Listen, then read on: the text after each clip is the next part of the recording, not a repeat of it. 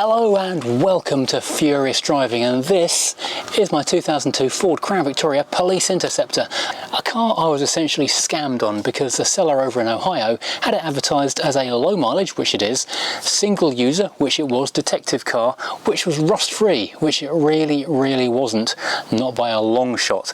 And I've started hacking into the sills and trying to put new sills on it, but there's not been an update for a couple of weeks, and there's a couple of reasons for this, and I know you've been asking for it in the comments. Basically, number one is the weather. It's either been raining so hard I can't come out and weld because it's tipping in rain, too windy and I can't weld in extreme wind because it just blows the gas away and you can't weld in extreme wind. It's too big to take indoors, so I'm very much weather dependent, and when it's been nice weather I've had to go off and do my actual other job as well, so that's eaten into other potential days, so nothing's really happening much.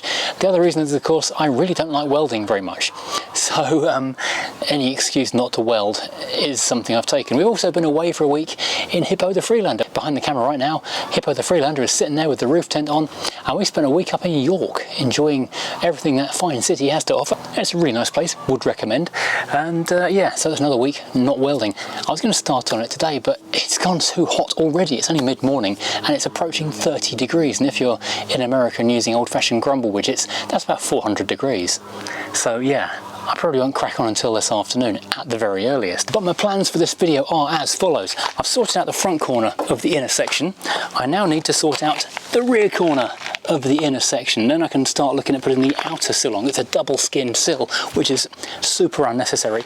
And I've also got to repair this panel down here, which is part of the battery support structure, which has rusted all the way through, which is super helpful. But the trouble is, I don't know what it's called. I can't find a name for it, and I can't find a spare one for sale anywhere, so I'm going to have to repair this as well. Before we get too far into the video, I just want to pause and say a quick thanks to today's sponsor. This old Crown Vic spent nearly 20 years serving and protecting, but one thing it couldn't protect from was cyber attack. For that you need Surfshark, a VPN or virtual private network to mask your personal data and keep your browser history safe and private. Online crime may be hard to see, but it is everywhere. But because your information is encrypted, even your internet provider can't see your online activity. So if you're checking your socials or your bank balance over public Wi-Fi, no nefarious individuals can sneak off with your details and help themselves to your identity.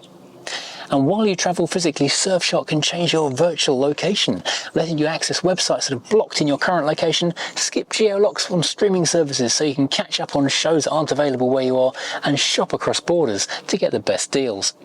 And don't forget, Surfshark also have add-on security items that include Surfshark Alert, which monitors your personal data for possible security breaches and will send real-time alerts, helping you protect yourself from identity theft. So hit the link in the description and try it yourself.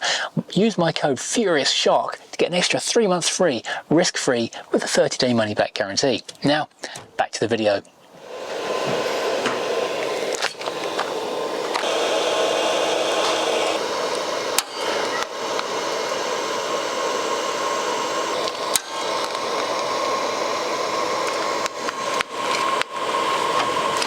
And that is a rusted in bolt. Heat, bulldog, mole grips, nothing. Right, plan B. It can't be stuck if it doesn't exist.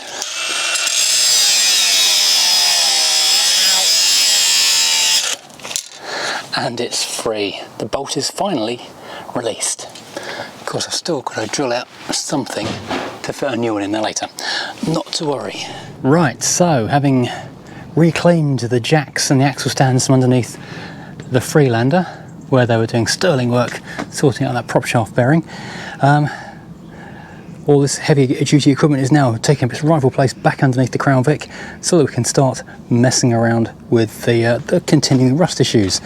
I think I might have said this in the last video, my Draper 3-ton jack had a problem with one of the valves and they switched it out under warranty, which was really good, sent it back, replaced, no problem at all. And because I needed one in a hurry, I popped up to Machine Mart and picked up this Clark 3-ton. Very similar specs, but quite useful to have two 3-ton jacks because it means I can pick up both ends of the car at once now.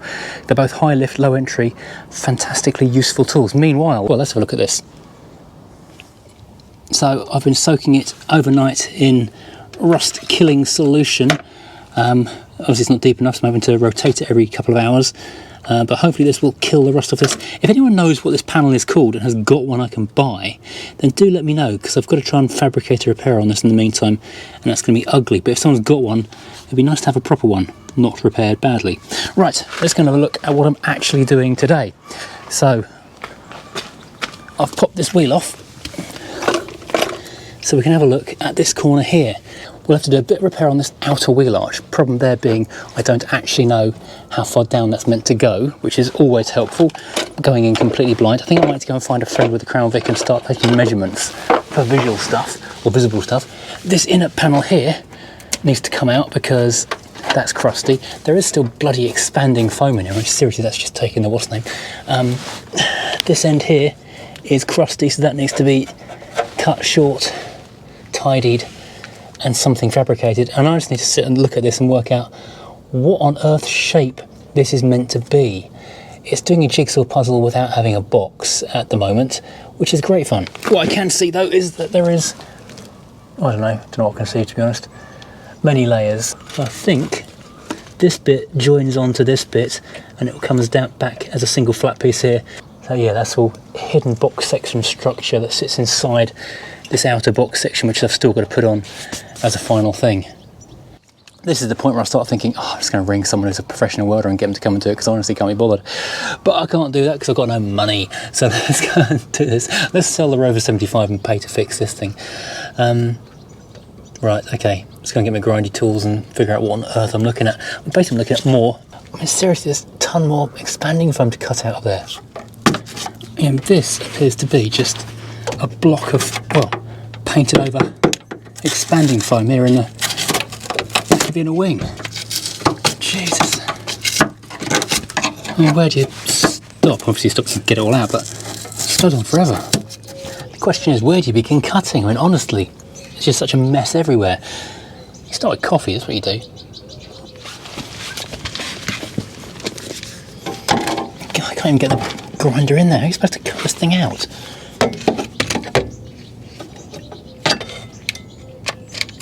Needs a battery.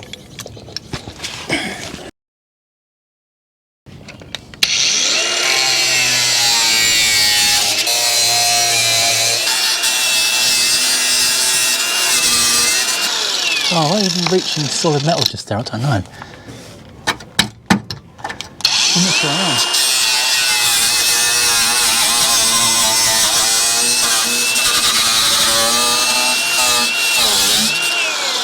Ow.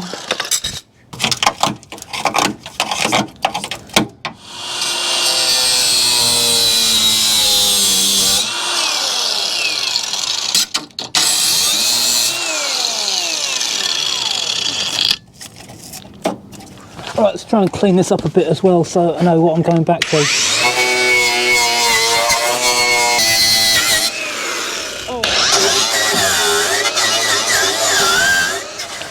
Right, having cleaned this up as best I really can, we've gone for a bit of cardboard aided design, you know, the usual routine.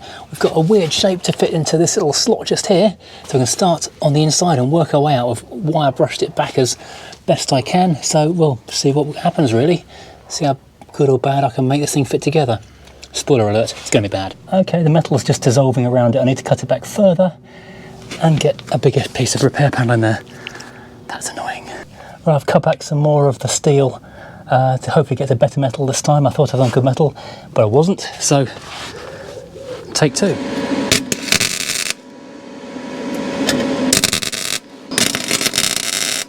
Right, that's the first bit of rear structure replaced. Now I need to build the second layer out, which is this bit here, which has to fold in to that bit there.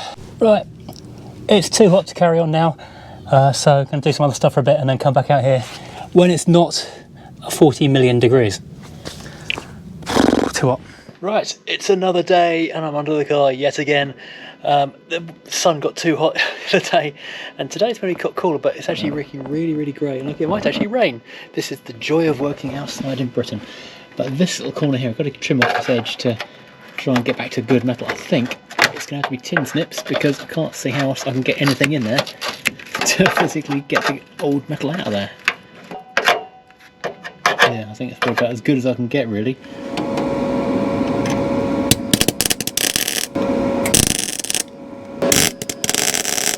Right, so the end piece is now filleted in there. It's not the tidiest weld ever, but it's quite hard to reach. And, well, no one's ever going to see it, and I can't get in there to grind it because it's kind of clunky for a grinder to get in there. So that'll be fine. It's firmly held in and I'm not sure if it does anything anyway, to be honest. There's so many layers of metal in here. Right, now the big one is ready to go. Need to put on this outer sill here, which we've kind of forgotten about because it's just such a big thing that's missing from the car. So yeah, now I need to line it up and figure out how I'm going to do it. I think I'm going to weld it inside. I think I'll cut it up to about this kind of height and then joddle it inside. Right, so the profile of the repair panel is actually slightly interesting. It's a bit hot, just cut the end off. So the panel I've got is enormous and very unwieldy, and it's way bigger. And it's way bigger than I actually need. So I've cut this little trim off the end, which won't be noticed, but it means I can actually line up the shape of it and work out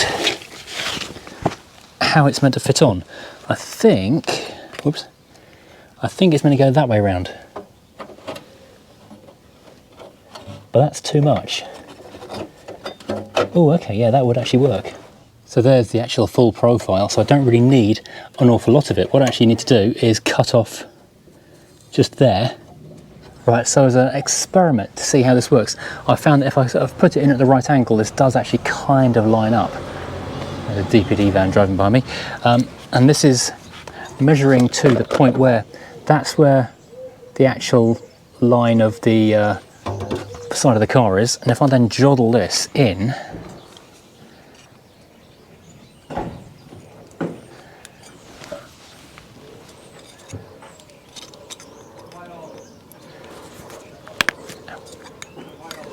this is going to take an age and a half joddling like a metre or 2 metres of steel. That should then, I don't know if you can see that or not, line up. Wow, that does actually work. That's quite a neat thing. Then I've just got to do a run of weld in there. That's not bad at all. Okay, I'm feeling a bit more positive about that now. Right, so before I start hacking this up, I'm taking careful measurements. Looking at the other side, which I'll take you around to in a second, we've got this curl in just here, this rebate. This is kind of where the outer skin or outer sill ends at the front of the car. And I think it comes all the way to the back of here, down here. Well, that's very wobbly, isn't it? So yeah, that's probably going to want a bit of repair work down there as well. Walking around the other side, yeah, this outer skin, which is looking horrible on this side, comes down to here where it's made of more foam. I just peeled this end off, which I'd left on, so I'm not doing the passenger side yet. But yeah, this is actually soggy in there where it's still holding water, but you can see how this outer skin section, look at the bubbling on it, Jesus, all comes down parallel to the end of this part of the wheel arch. So that's where we cut it off, which takes it to 180 centimetres. So there we go. That's how much we're going to cut off the end, not including the 3 or 4 centimetres we already cut off just to play with.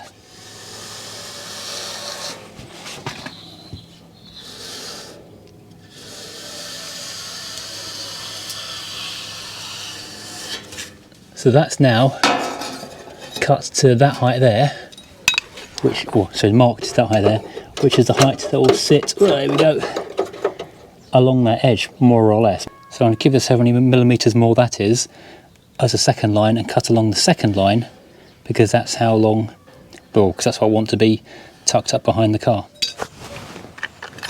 Right, so having made a second bit of cardboard, the second drawing line template, we've now got a line. That's the line I'm going to cut down, and that's the line I'm going to joddle down to, so that should then tuck up inside there and it'll be hunky-dory, sweet as a newt. An extra centimetre of leeway should also give us room to work around the inaccuracies of the original cut. Right, this next bit's going to be quite noisy, but we'll get this down to the right size in a moment. Well, I'm hoping I've got this right, because if I haven't, I've got to order another piece from Poland and we're on hold until that arrives.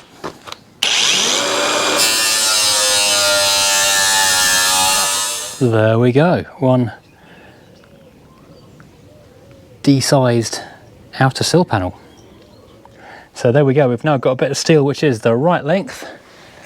Just needs this joddling and a little bit of fettling on the other end, and we're almost there. Now the fun game of joddling nearly 2 meters of steel. So here we go. You know those old sort of springy hand strengthening exercise things? This fun kind of feels like doing that. I'm going to enter an arm wrestling contest into this.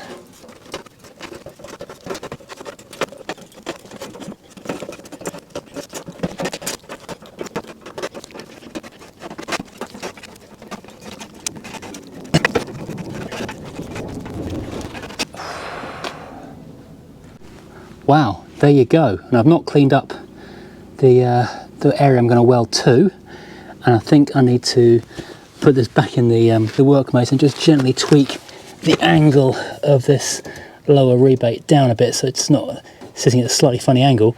But basically, yeah, we've got a sill ready to go on.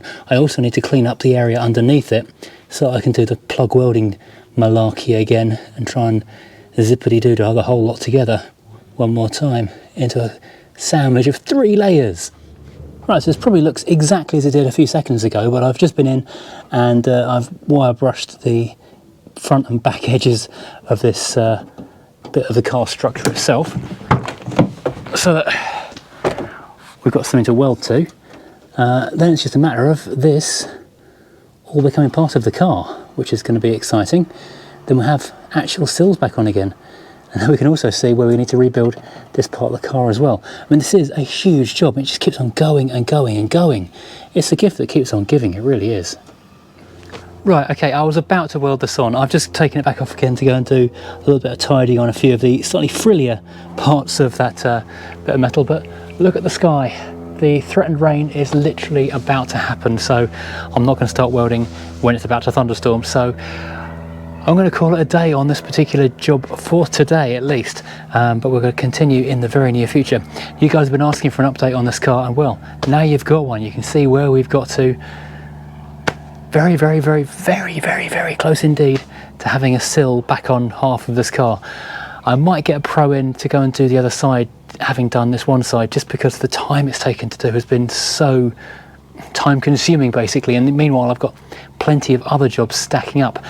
The W123 has become a table over there, and I was meant to have done the wing. The rear wing just needs to be zapped on quite quickly, and the brakes need to be rebuilt, and I've got all the stuff for both of those jobs waiting to go.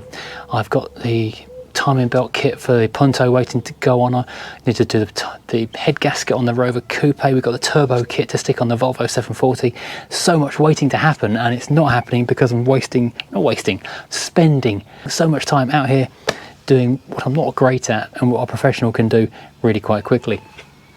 So I don't know, I'll put some more time into getting this side done, then maybe look at getting a pro to come around and having a look at the other side for me, because I think it's just gonna be more of the same, and yeah, more slow and more aggro.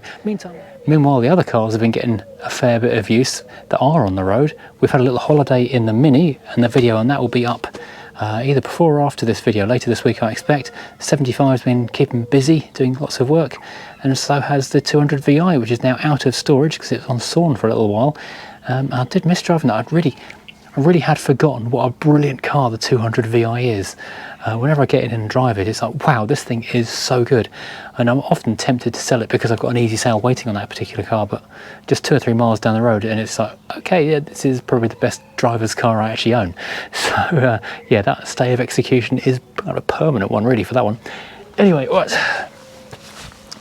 So this has been quite a productive couple of days. We are getting there with the Crown Vic. It's going to be back on its wheels, back in one piece again fairly soon, we hope.